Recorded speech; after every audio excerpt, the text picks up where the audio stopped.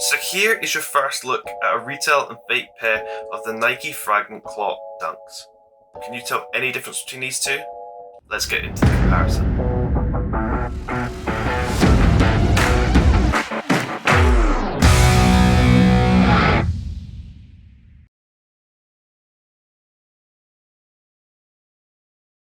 Hello and welcome back to the channel. Today I have another comparison for you between two pairs of Nike Dunks. But not just any Dunks, these are the NIKE Fragment Clot collaboration, and I really do like this pair. This pair I think is absolutely stunning, so I'm excited to do this comparison between a real and fake pair, and hopefully it helps you if you are trying to authenticate your pair, because this pair is nice.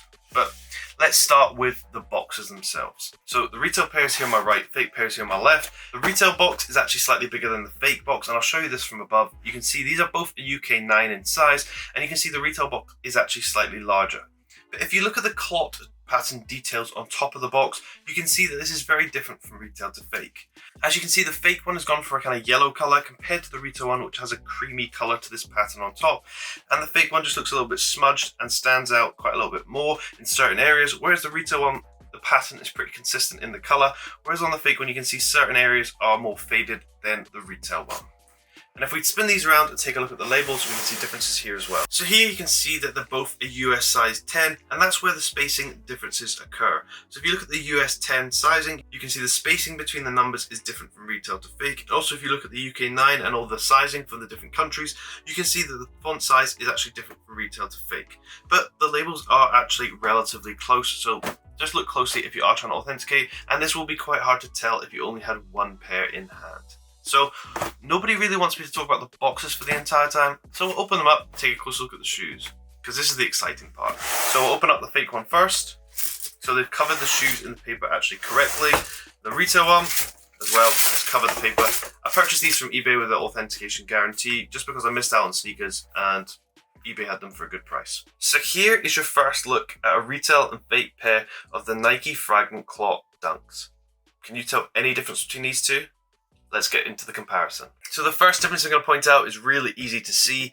The retail pair is here in my hand, and the spare blue laces that come with them are attached to the left shoe through the lace hole, and they're firmly attached. You can't actually do that unless you break it off. But on the fake pair, you can see they are attached to the right shoe. So that is wrong. It should always be attached to the left shoe on this pair. So just look closely at that if you are trying to authenticate, because it's quite an easy telltale difference between the two. So the next big difference to note between the two pairs is the translucent kind of white sole on the bottom of the shoe. So here's the retail one. You can see it's that kind of like white color that matches the upper and looks really good.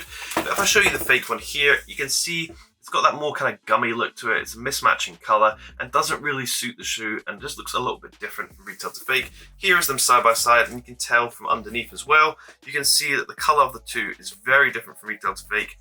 I don't know if over time the retail one's going to do this, because I have had shoes where the material like this does kind of yellow with time from the sunlight, but at the moment from the dead stock pair, it's a clear difference to look for between the retail and fake. So the next difference might be actually quite hard to see, but if I look from the toe box at the material used on the upper, you can see it's kind of got this woven material which actually does cut away on both of these pairs. But if we look at it closely from above, you can see that this material is actually a darker shiny material on the fake one compared to the retail one, and as you can see, the pattern on top stands out a lot more on the fake one compared to the retail one. On the retail one, it's a little bit more subtle and blends in with the upper material, as you can see here. But on the fake one, because that material is slightly darker, the pattern on top actually stands out a lot more on the fake pair compared to the retail one, and just makes it look a little bit subtle. And I do like the subtlety of the retail pair. I just think it's incredibly clean and really good, and you can only really see these details if you're up close. So on the tongue of both of these pairs, you do actually have a Nike label, but we're going to take a look at the text on the underside of this label. So if we spin them around, you can take a look at the text underneath, and you can see where it says Fabric of Vietnam on the bottom here. You can see this text is much smaller on the fake pair compared to the retail one. This is a very minor detail, but if you are authenticating your pair, you've got to look at all the small details as well as the large ones, and that's quite an easy telltale sign, because the text is much smaller on the fake one compared to the retail pair. So I've spoken on this about Yeezys on dead stock pairs, where the outer lace should always go under the inside lace. However, it's the opposite on this pair. So on the retail pair, you can take a look at the laces, and you can see that the outer lace goes over the top of the inside lace on the retail one. The fake one is different. The outer lace goes underneath the lacing on the inside, as you can see here.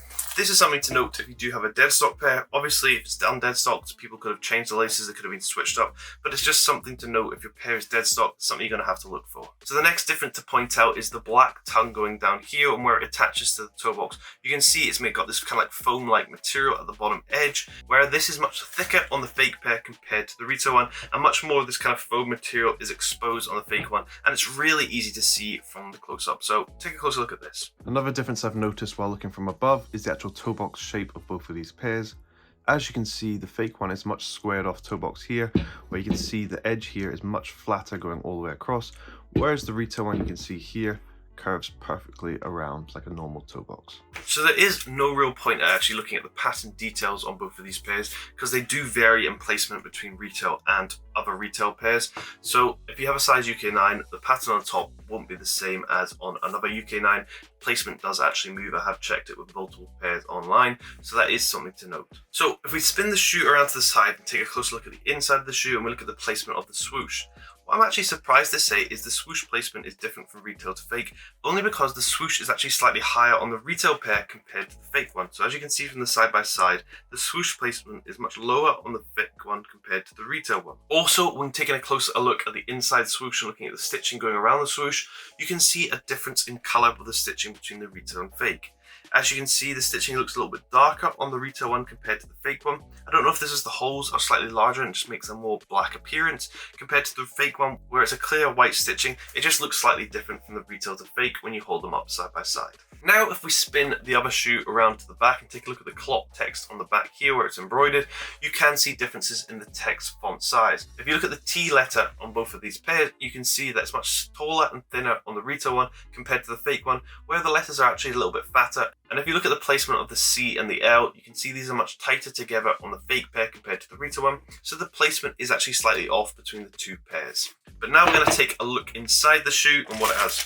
So the retail one does come with paper on the inside. It's in this kind of like brown colour, and the fake one also does, but it's in this white one and it's massive compared, so you can see a huge difference between the two paper shoe trees on the inside of the shoe. So the insole on both of these pairs actually doesn't come out, but if I show you from above, you can see over the Nike logo, it does have this kind of rectangle square on the retail one, where you can see it almost has like a protective film going over the top to protect the logo from rubbing off after a few wears, whereas the fake one does not have this. Also, if you look at the R symbol next to the Nike logo, you can see that it's much skinnier on the fake one compared to the retail one. On the retail one, you can see the R symbol is much larger and pretty much fills the entire circle. But that is the end of this comparison. I hope it has helped you if you are trying to authenticate your pair or trying to purchase a retail pair. The main difference to note is obviously the sole colour between the two pairs. It's quite a clear and obvious difference, but they will probably correct this pretty soon.